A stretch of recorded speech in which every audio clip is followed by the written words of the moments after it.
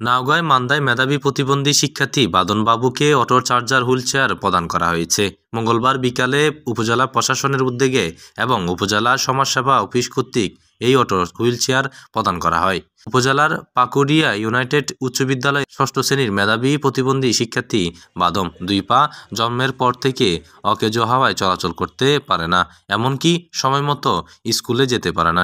এই জন্য উপজেলা সমাজ সেবা অফিস সহযোগিতায় অটো চার্জার হুইলচেয়ার প্রদান করা হয়। এই সময় নিজের চলাচলের অবলম্বনে হুইলচেয়ার পেয়ে আবেগে আপ্লুত হয়ে পড়েন বাদনবাবু।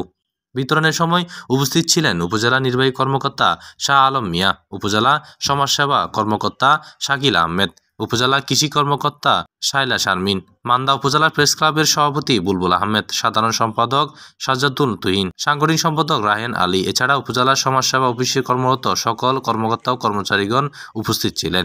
অটো চার্জার হুইলচেয়ার পেয়ে উপজেলার নির্বাহী কর্মকর্তা শাহ আলম মিয়া ও সমাজসেবা কর্মকর্তা শাকিল আহমেদকে ধন্যবাদ জানান ছোট শিশু বাদন। সমাজসেবা অফিস থেকে আমাকে এই গাড়ি দেওয়া হয়েছে, আমি এখন স্কুলে যেতে পারবো ইনশাআল্লাহ। এই বাচ্চাকে নিয়ে খুব অসুবিধায় থাকি, স্কুলে যাওয়া আসা করাতে পারি না, প্রতিদিন স্কুলে যাওয়া লাগে, গাড়িতে করে নিয়ে যায় আবার নিয়ে আসি। এই জন্য সমাজসেবা অফিসার আমাকে এসব দেখে আর আগেও আমাকে আর্থিক সহযোগিতা দিছে, এবারও আমার বাচ্চাকে লেখাপড়ার জন্য এই গাড়িটা উপহার দিল। সে হচ্ছে প্রতিবন্ধী, তার 2টা পাই প্রতিবন্ধী, এবার সে ডিজেবল। সে আমাদের এখান থেকে প্রতিবন্ধী শিক্ষাবৃত্তি পায়। তো আমরা চেষ্টা করেছি তাকে সে যাতে নিজেরটা নিজে করতে পারে, নিজে স্কুলে যেতে পারে।